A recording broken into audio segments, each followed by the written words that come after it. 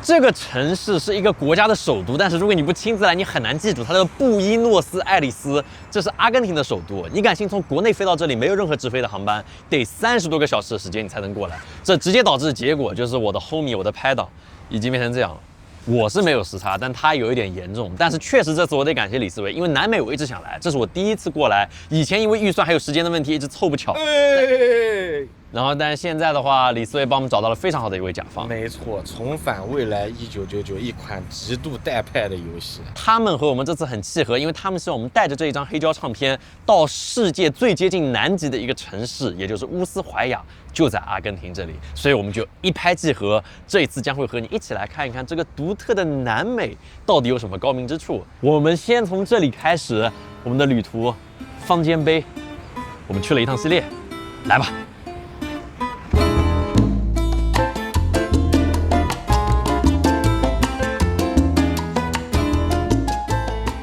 讲真，站在布宜诺斯艾利斯的街头，会有一种奇妙的感觉。要知道，杭州此刻几乎正对着我的鞋底，这种跨越半球的相遇，让我又好奇，又忍不住拿杭州来比上一比。这两个城市的差别还是非常大的。阿根廷这边最离谱的一点，就是他们的这个整个城市，看着很像是小时候的国内，真的非常像，旧就很旧。就你看啊，那边就是这已经是市中心了。就在市中心，它的城市的旧的程度就和小时候的记忆是一样的，就感觉停在了2000年。就当年阿根廷在2000年以前，你敢信他们和美金是锁定1比1的汇率的？但是到了2025年，你敢信现在阿根廷比索和美金的比例是1比1300？就在当年你把你资产全部卖掉，现在你的资产缩水了1300倍，你就想想看，你爸爸妈妈跟你说，我要把你的压岁钱存起来，没错，以后长大了给你用。你现在要是阿根廷人，你回头不把你爸你妈揍一顿，那是没有道理的，那是很惊人的。这里这个博卡区，他们之所以有这么多色彩，因为以前这边是欧洲的水手过来的，然后他们就把船上的油漆全部用来涂他们的房子，所以就变这样了，就是五彩斑斓的，非常南美的一种风格。有一位老哥在盯我们，就是你会发现阿根廷人就很多人戴着帽子，然后他在看你，就在这边你会感觉有很多的人在盯着你，这个感觉很不舒服。我现在随时都担心我的东西被抢走。在阿根廷的街上，你很难有安全感，尤其我们现在在这个博卡区，对吧？是的，就是在那边，我们当那天那边拍摄，我和40就站在那边拍，然后突然就有人跑过来跟我们说，他们不会说英语，他们就跟我们说 dangerous danger， 然后让我们快走，然后就哇。有点惊人，就是你看一个地区的治安程度，你看人家的便利店的武装程度就知道了。确实，你看这个便利店的武装程度有点高，宁可店主把自己关进牢里，也不想他的篮球被抢走。就感觉在国内我们就觉得这个东西离我们很遥远，但是这里它就是这么回事儿。布宜诺斯艾利斯给我的感觉就像是一个影城，里面上映着魔幻现实主义的电影。在这里，货币膨胀的如同失控的外星生物，这些数字让本地的居民啧舌，却又不得不在满是围栏的便利店前掏出厚厚一沓比索。于是搬运工人挤得越来越早，街头卖艺的探戈舞步越来越急促，好像所有人都在追赶不断贬值的时间，只有街头的 MAGA 字样，好像在悄悄地说出大家的心声，让阿根廷再次伟大吧。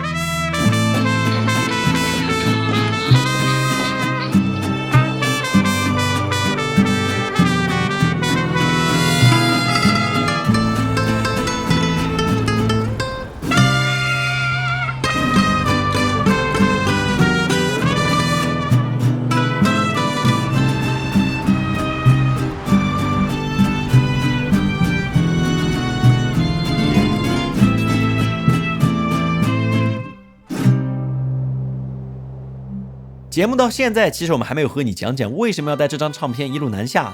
在游戏1999里面，有一种时空灾害叫暴雨，雨水倒流会带来时空回溯，让他们的故事染上像这样的复古质感。那么这次我们要送的星际唱片，可以一定程度上抑制暴雨的影响。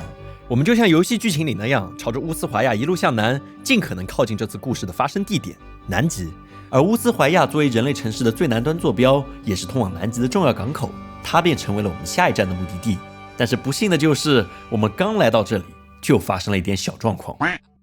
现在是我们的第一次作战会议，这个炸机后处理。刚来到这个乌斯怀亚就把飞机炸了。我们今天呢，就是已经采用了多种方式去捕捞这个飞机。首先采用了眼睛观测，用眼睛把它瞪下来。眼睛观测，然后没有成功，然后我们就采用了一些物理的方式，用石头去砸它。就是这个树吧，它有一点高，它多高呢？它有大概5-6层楼这么高。哦，就是以我们的这个实力呢，是没有办法把任何一个物体投掷到这个高度去把飞机砸下来。但是我们想出了一个更高明的方式，我们用飞机把飞机撞下来。我相信在这里应该是能够买到非常非常便宜的，甚至不是大疆的一些飞机。你懂我意思吧？所以明天我们会带你去买飞机。让我付钱买一架飞机，去把已经炸掉的飞机撞下来。没错，老板，你也不想你的节目里面没有航拍素材。为什么要和你一起过来救无人机？我的方案是最好的，听我的就得了。我是公司最聪明的人。你有没有听过一个话，一个谚语？什么？坏人绞尽脑汁，不如蠢人灵机一动。我们来看看你是哪一个吧。Right. The small that's one, good. but the last one, very nice. OK. Okay. 126万。这听着有点恐怖。所以你帮我拿着，你刚跟我说没多少钱，他收了我126万RB。那咋？我看一下多少钱。这是最便宜的飞机啊！现在是RB的比7873块钱，李思伟。大疆，你出息了呀你知道你有国内多少钱吗！2000块钱？1000多块钱。 ，1000块钱。你让我交了7873块钱去救那架飞机，而且这个很有可能也挂在树上。一切都是最好的安排 ，Let's go。你的任务是这样的，就是你把这个飞机飞上去，然后绕一圈下来。最后的希望。废话不多。你能看到吗，各位？这就是我们的无人机。让我来放电，你快点，快点！你要放太慢了，你这个飞机电都没有。哎，你在干嘛？能不能看着飞机放？没电了，没电了，只有2分钟的时间了。它在哪儿啊？在顶上。哦，它绕了一圈了吗？绕了呀。绕了。哇！它挂了。树上挂在树上。这个树枝。啊！别急，我们有绳子，就是理论上来说，我现在把它一拽，它就拽回来了。怎么到底在干嘛？就说这辈子见过做过最蠢的事情，我在地球的边缘。不，去救一架已经救援失败的飞机，救另一架飞机。对，就这个幅度，一直摇，它包掉下来的。你这幅度太大了，摇得好啊！你这摇得好啊！哎，断了。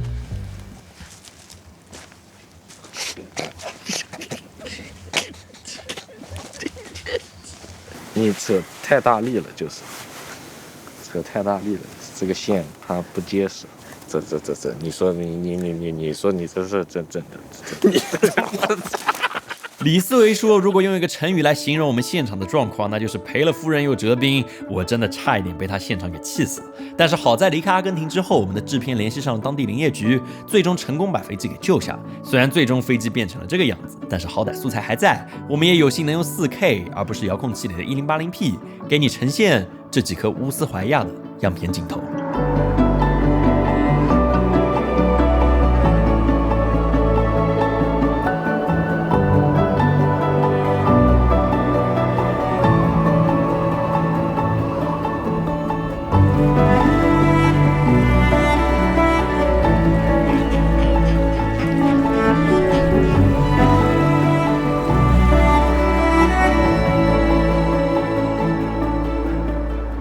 在乌斯怀亚上方的山凹里是马夏尔冰川，我们想尝试将这一路南下的星体唱片在那里播放。然而因为昨日的暴雨，我们走到半山腰之后，发现剩余的登顶之路异常泥泞。就在我们犹豫不决之际，地面突然开始传来一些震动，同时还有当地人建议我们立刻离开此地。等到这时候，我们才意识到我们遇到了地震，而且是大地震。他们说智利有超级强烈的地震。shit， 真的吗？他说的是这个意思。他说 tsunami 让我们快走，刚刚他的意思是真的吗？真的。像阿根廷近海7.4级地震，什么东西啊？多少级？7.4级。我操，这对吗？这就在我们这，这就在我们这。是的。德雷克海峡不就在？我们创意差点就去智利拍了，这期本来要在智利拍的。等一下，不对了，这个刚刚那个司机原来是这个意思，他一直跟我们说 tsunami， 耶，然后我们没听懂。我只听懂了 tsunami， 就听懂了一个海啸。虽然我们离震源很近，但是这是海底地震，传到陆地之后震感已经没有这么强烈了，所以其实也没有特别的危险。在离开乌斯怀亚之后，我们还是想将这张唱片带到一个尽可能接近南极环境的地方。听说巴塔哥尼亚地区有一片巨大的冰川，那想要去到那里，我们首先要来到这个叫做埃尔卡拉法特的城市。如果说你是恐狗人士，那这里绝对是你的噩梦，但对李思维这种很狗的人来说，这里是他的交友天堂。李思维，你现在是狗王哎，你知道吗？我平时觉得你狗，但没想到今天你这么狗。这只狗要扒了我，你手好脏啊，你手太脏了。汪汪队都来了，站成一排，站成一排，坐 sit， 你要跟他说 amigo， 坐下，这样坐。哎，李思，你说你跟我说坐，然后我坐下，然后他会不会你吃？他会，对，他就会理解的，对好，不对？坐，你看会了，教会了，你看立马立竿见影。我要这到最前面，我要做最好的学生。坐下，做了，坐下。哎，对，学呀，你们。哎，做了，面前做了，坐下。你这黑的，我就讨厌你，素质太差了。哦哟，哇，他半空中就吃掉了。这是我们在阿根廷交到的第一波，就是你会在这边发现你的这样神奇宝贝一样，就会有这个羁绊。告别了李思维的好伙计，我们便驾驶汽车一头扎进了巴塔哥尼亚的荒原。当地平线上出现了蓝白色的冰墙，这片徒步者的灵魂圣地将有世界第3大冰川的呼吸，向朝圣者发出无声的召唤。这里这个感觉真的还是挺厉害的。逻辑上，就除了北极和南极以外，这就是最大的这个冰川了。这里是只有官方有这个资质才可以在这里带游客，没有其他任何的旅行团可以带。就是完全垄断。当然，保护自然是一方面，赚钱当然也是另一方面。这个贵不贵的这个票？挺贵的，一个人2000来块钱人民币。这么贵？是的，就是带你走一圈3个小时，然后坐了20分钟的船和3个小时徒步，收2000多块钱人民币。你觉得，如果说你这辈子想看冰川，你交2000块钱，你乐意吗？莫雷诺冰川是目前世界上少有的依然在生长着的活冰川，逐年堆积的雪层在重力作用之下逐渐转化为冰川冰，也因此莫雷诺冰川没有像世界上大部分冰川那样后退缩小，它每年反而在以2到3米的速度向前推进，速度还是挺快的。那据说没几年这里就会出现一次像这样的雷鸣般宏大的冰落，那同时冰川表面几乎每天都会因为重力和湖水侵蚀发生小规模的冰落，我们就会听到像这样的声音。来了。李思维已经吓尿了。其实离我们挺远的地方有一块这个塌掉了，很远，但是声音已经大得很恐怖，和打雷一样，都不敢想靠近了塌掉是什么感觉。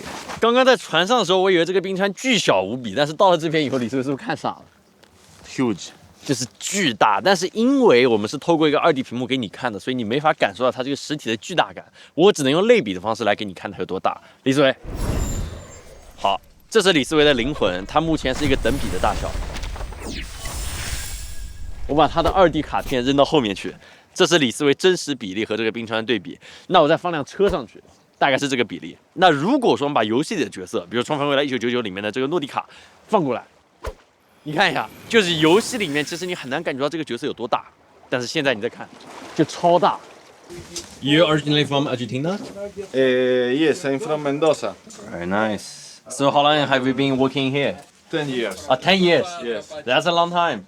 There we go. Thank you, sir. Remember, keep your feet wide apart. all the Okay. time, Okay. Really important. Okay. Thank you very much, sir. Welcome. Take care. The same. 哇哦，这个冰爪上去以后，走路感觉智商都下降了。我感觉脚底沉重了。哇哦！因为马上就要爬上冰川了，所以得做很多保护。听他们说，这边几乎就不可能带大的相机了，所以我们什么那些大的摄影机啊，什么都不能带上去。哇，你这个太有工地的气质了，你就感觉直接可以下地了。老板盒饭可能啥时候能发？为什么怀古你的头是不一样的？你是队长吗？是不是工地上白帽子最大？白帽子是领导，是这样的吗？工地里面白帽子是领导吗？我没戴好吧？已经换掉了，怎么一转头他已经把帽子摘了Put your balance on your back. Pull and hit with all the spikes. Never, never, never go down by the side, okay? Because once the crampon gets stuck,？Oh no！ it's very easy to fall, okay? 有天呆。啊，要学会这个冰爪，一直这样砸下去，猛猛吹。以你的体重，应该一下就扎穿这个冰川了，是这样，你直接就下去了。压强很大。现在李思维穿着这个蓝色的衣服，然后在前面蹒跚的走，就会让我 PTSD 想到日本。当时李思维就被吹成这样。Do we go here? Oh yeah. So, who is gonna drink whiskey? All of you? Whiskey。它这个冰是真从冰川上面凿下来，理论上是不行的，对吧？但是我不知道为什么他们这边就允许了。对，吃的300到500年前的太上老君。Salud! Cheers! Cheers！ 干杯！耶 ，Thank you。哈哈，带劲。带劲。既然此情此景，这个气氛都到这了，我们要不高歌一曲，搞一点唱片放放？李思维开始卸货了。我们现在这个下着雨，镜头也都糊上了，但这个景真的很漂亮。你看这里，这个冰川。来吧，时间真的很赶。First time, right? First time. Yeah, really, it's really pretty. Thank you. Thank you, sir. We don't have so much time, but I love it. Yeah. 老哥说他是第一次看到这么美丽的东西。我们真的跨越了大半个世界，把一张黑胶唱片带到了冰川这里。所以在这里，只要拨动它就好了。 The sun hangs low in sorrow.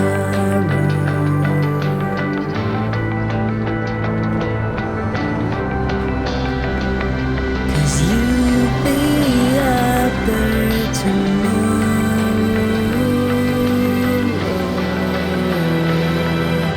You can see my tears run away. It's pouring down my face. Love will trust in the same.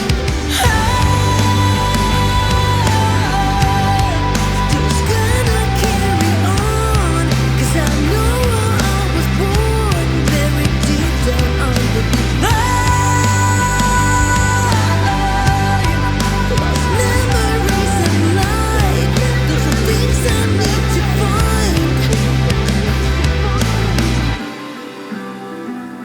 Between these snow-peaked mountains. 我们这趟旅途基本上在这边结束了，我还挺不舍的。这边这个感觉真的很棒，刚刚那个唱针落下去那一刻，这个音乐起来的时候感觉真的不一样。我觉得音乐真的是人类最伟大的发明，几乎没有之一。我认为比别的所有艺术形式都能够打动人，真的很厉害。就是虽然说啊，我们说是第一次放黑胶，但我相信以前肯定有人做过类似的事情。但我想说的就是，我的定义第一次其实是指这具肉体、这份灵魂，还有后面的这些我的伙计们。第一次把这个事做成了，这我觉得最有价值。不然你想，人怎么争第一啊？那你想历史上那些人什么地方没去过，什么事没做过？但，对吧？你懂我的意思。这期色话我就不说太多了，反正敢为人后，对吧？这是最近我在读的一个词。不说了，再说他们要笑我。在这趟送唱片靠近南极的旅途中，我们发现深蓝互动的《重返未来1999》有和我们频道很相似的地方，只是他们是用游戏的形式带玩家们在每个版本游览世界各地。差不多每过1个半月，1999就会带你前往在不同时空展开的新故事。游戏的叙事和摄影的镜头一样充满魅力，你可以作为主角亲历黄金时代的一切，从维也纳的歌声到伦敦的大雾，从美国西部到香港电影，就像数码发达的年代，人们仍然会去还原胶片的质感一样。那些依托真实的文化风貌和城市背景的剧情与美术显得味道纯正，又在第9艺术的加工之下，拥有了更加丰富的视听表现和交互节奏。1999给我的感受更像看电影，它并不成瘾，但耐人回味。只要等待飞机和坐地铁的1个小时，你就能够享受一段很棒的剧情演出。去了一趟维也纳，去了一趟阿根廷，去了一趟世界尽头，去了一趟系列，在1999里永不落幕。游戏来到乌斯怀亚时，片尾有一句话：献给天才捕手，屏幕前最好的观众。我们的节目也是一样，希望和你一起无限进步。那虽然这次我们不能继续前进，但是你可以在游戏里面真的去看一看南极，见到那个神秘的世界。